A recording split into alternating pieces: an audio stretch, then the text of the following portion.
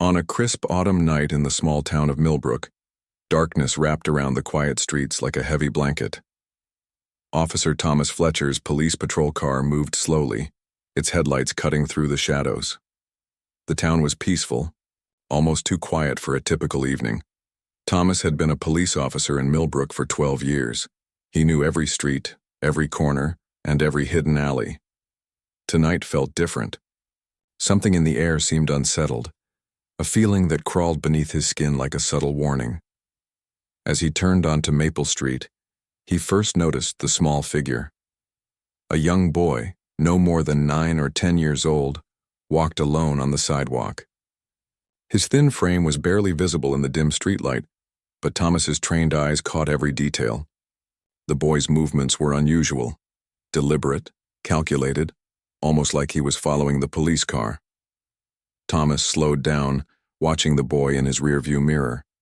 The child maintained a consistent distance, sometimes ducking behind trees or street signs when Thomas glanced back.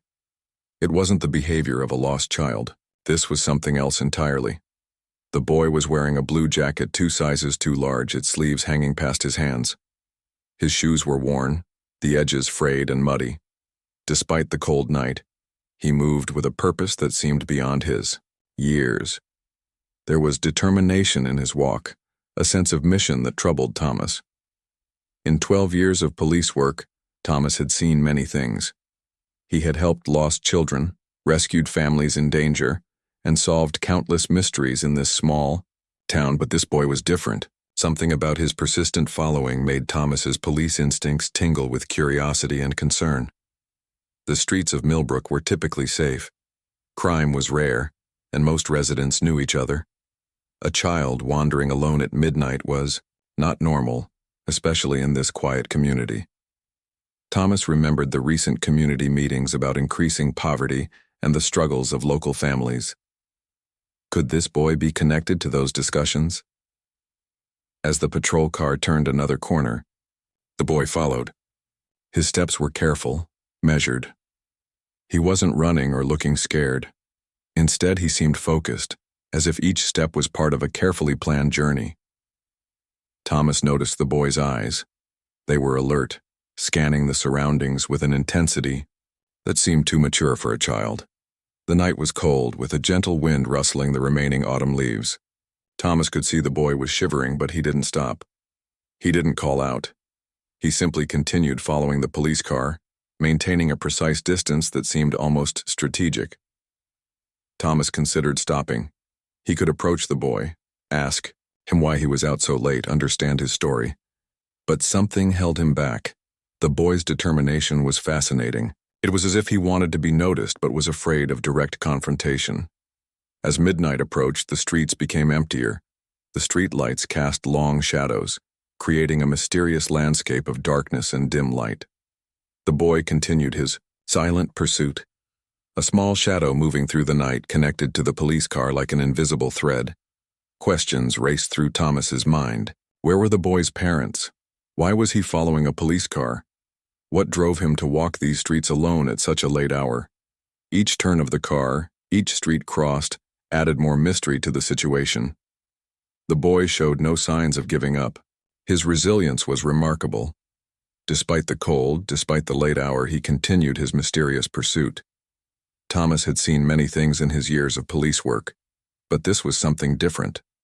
This was a mystery waiting to be unraveled. As the patrol car continued its route, the boy remained a constant companion in the shadows. He was close enough to be seen, but far enough to avoid direct interaction. It was a delicate dance of curiosity, of hidden intentions, of a story waiting to be told. Thomas knew one thing for certain. This night was the beginning of something significant.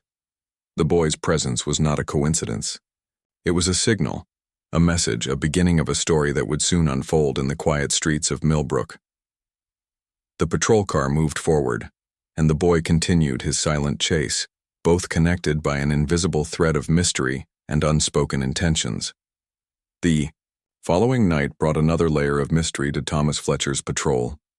The same boy appeared again, moving through the shadows with the same careful precision as the previous evening. This time, Thomas noticed more details that tugged at his heart. The boy's clothing told a story of struggle. His blue jacket was thin and worn, inadequate for the chilly autumn nights that were growing colder by the day. When he ducked behind a streetlight, Thomas could see him trembling, not from fear, but from the biting cold that seemed to cut through his fragile body. Millbrook had been facing tough economic times. Factories had closed, jobs had disappeared, and families were struggling to make ends meet. Thomas knew the local shelters were overcrowded, with many families fighting to survive. The boy's appearance spoke volumes about these hidden struggles.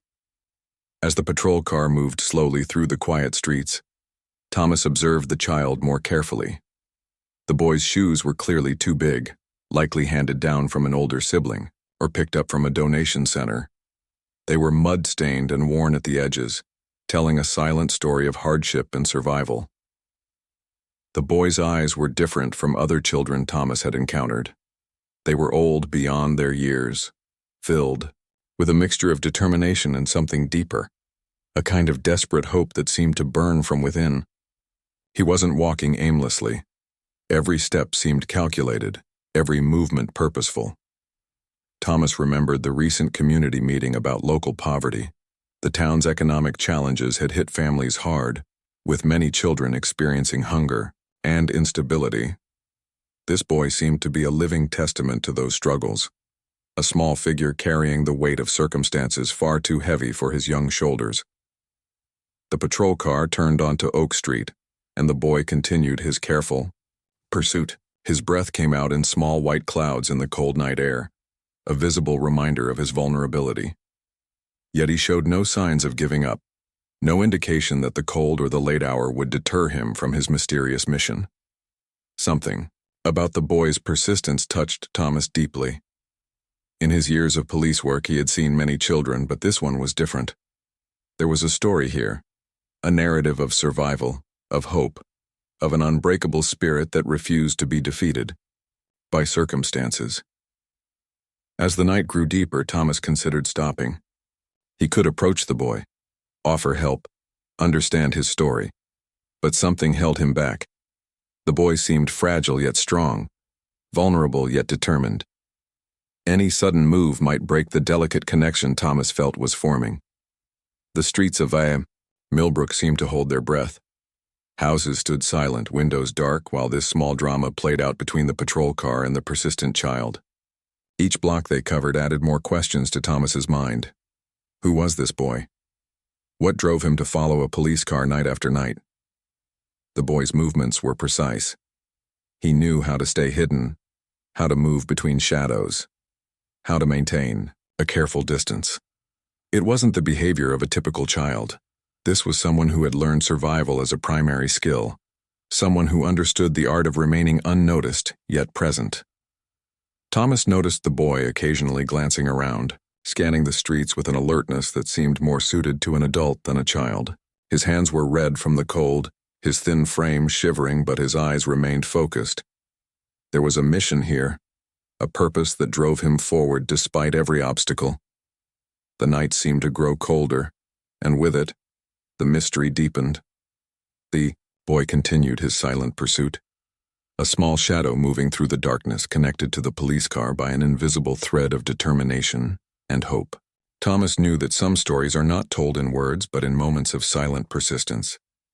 As midnight approached, the boy remained, a testament to resilience, to the unbreakable spirit of childhood, to the hope that burns even in the coldest and darkest of nights. And Thomas Fletcher knew that this was more than just a random occurrence. This was the beginning of a story that needed to be understood, a mystery that demanded to be solved. The patrol car moved forward, and the boy continued his chase, both bound by a connection neither fully understood, but both feeling the weight of an unfolding narrative that would change everything. The next night changed everything. Thomas Fletcher made a decision that would alter the course of both his life and the young boy's future. As his patrol car turned onto Willow Street, he deliberately slowed down, then stopped completely. For a moment, nothing happened. The street remained silent, bathed in the soft glow of streetlights. Then the boy appeared, hesitating at the edge of the light. His small frame seemed even more fragile under the direct illumination, like a shadow afraid of being fully seen. Thomas stepped out of the car, moving slowly. He didn't want to frighten the boy. Years of police experience had taught him that sudden movements could send a vulnerable child running. The boy froze, his eyes wide with a mixture of fear and something else. A desperate hope. "It's okay," Thomas said softly, keeping a safe distance. "I'm not going to hurt you." The boy took a small step back, then another. His hands were buried deep in the oversized jacket pockets, trembling slightly. Thomas could see now how thin he was, how the jacket hung loose on his small frame. "What's your name?" Thomas asked, his voice gentle. A long moment of silence passed. Then, barely above a whisper, the boy responded. "Peter," he said. His voice cracked, revealing a vulnerability that broke Thomas's heart. "Are you lost, Peter?" Thomas took a careful step forward. The boy shook his head. "I'm looking for my mother," he explained, the words tumbling out like a secret he'd been holding too long. "She's missing." Thomas's police instincts kicked in. Missing children were serious business, and something in Peter's eyes told him this was more than a simple misunderstanding. The boy's determination to follow the police car suddenly made perfect sense. "Tell me about your mother," Thomas encouraged, crouching down to be at eye level with Peter. Peter's story came out in pieces. His mother, Emma, had been working multiple jobs, struggling to keep them housed and fed. Recently, she had disappeared after a shelter closure. Peter believed she was still in Millbrook, trying to find a way back to him. The boy had been searching every night, following police cars, hoping someone would help him. He believed the police could find his mother when no one else could. It was a child's pure, desperate hope, the kind that could move mountains. Thomas noticed the boy's hands, red and chapped from the cold, nails dirty from nights of searching. His shoes were worn through, his jeans patched multiple times. This was a child who had been surviving on pure determination. "How long has your mother been gone?" Thomas asked carefully. 3 weeks, Peter responded. "She promised she would come back. She always comes back." The certainty in his voice was both heartbreaking and hopeful. Thomas recognized the thin line between a child's faith and the harsh realities of survival. As they talked, Thomas learned more. Peter had been staying with a neighbor, an elderly woman who couldn't properly care for him. He would slip out at night, determined to find his mother. The police car had become his beacon of hope, his method of searching the town. The street remained quiet around them. A few leaves danced in the cold autumn wind, the only witnesses to this fragile moment of connection. Thomas knew he was witnessing something special, a child's unbreakable hope, a love that refused to be defeated by circumstances. Peter looked up at Thomas, his eyes filled with a mixture of fear and hope. "Will you help me find her?" he asked, his voice small but filled with an incredible strength. Thomas felt something shift inside him. This was more than a police call. This was a human connection, a moment that would change everything. He realized that sometimes the most important work isn't about solving crimes but about restoring hope. "I'll help you," Thomas promised, his voice steady and true. "We'll find your mother." In that moment, a fragile connection was formed. Between a lost child and a police officer, between hope and possibility, between a moment of darkness and the promise of light. Thomas Fletcher knew this was no ordinary case. The next morning, he began digging into Peter's story with a determination that went beyond his professional duties. The local shelter records became his first point of investigation, each page a potential clue to the missing mother. Emma Roberts was her name. 32 years old, single mother, recently unemployed after the textile factory closed in Millbrook. The shelter record showed a pattern of struggle, moving between temporary accommodations, fighting to keep her life together, to protect her son. The town's economic crisis had hit many families hard, but Emma's story was particularly heart-wrenching. She had worked 3 different jobs, taken every possible shift, done everything to provide for Peter. Her last known address was a small room in the community shelter, now closed due to funding cuts. Thomas spoke with the shelter staff. They remembered Emma, a quiet woman with determined eyes, always working, always hoping. She had been searching for more stable housing, trying to create a better life for her son. But the economic downturn had other plans. Piece by piece, Thomas assembled the puzzle. Emma had been doing odd jobs, cleaning, waitressing, anything to make ends meet. Her last known work was at a local diner, where she had been picking up night shifts. The manager remembered her fondly, spoke of her reliability. Peter's nightly patrols suddenly made sense. The boy wasn't randomly following police cars. He was methodically searching, hoping that somewhere, somehow, the police might help him find his mother. It was a child's pure, desperate hope, a love that knew no boundaries. The investigation took Thomas through the town's forgotten corners. He spoke with homeless support groups, checked local job centers, traced every possible lead. Each conversation added another layer to Emma's story, a story of survival, of a mother's unbreakable love. Witnesses began to emerge. An elderly shop owner remembered seeing Emma collecting cardboard boxes, likely for temporary shelter. A bus driver recalled her asking about job opportunities in nearby towns. Each piece of information was like a small light in the darkness. Thomas brought Peter into the police station, treating him not as a lost child but as a crucial part of the investigation. The boy's memory was sharp, his details precise. He remembered addresses, described his mother's workplace, shared intimate details that only a loving child would know. The more Thomas investigated, the more he realized this was more than a missing person case. This was a story about survival, about the invisible struggles of families fighting against economic hardship. Emma wasn't just missing, she was a symbol of countless mothers fighting impossible odds. Local community members began to help. Word spread about Peter's search, and the town of Millbrook started coming together. People shared information, checked. Their records offered support. What had started as a mysterious midnight chase had become a community mission.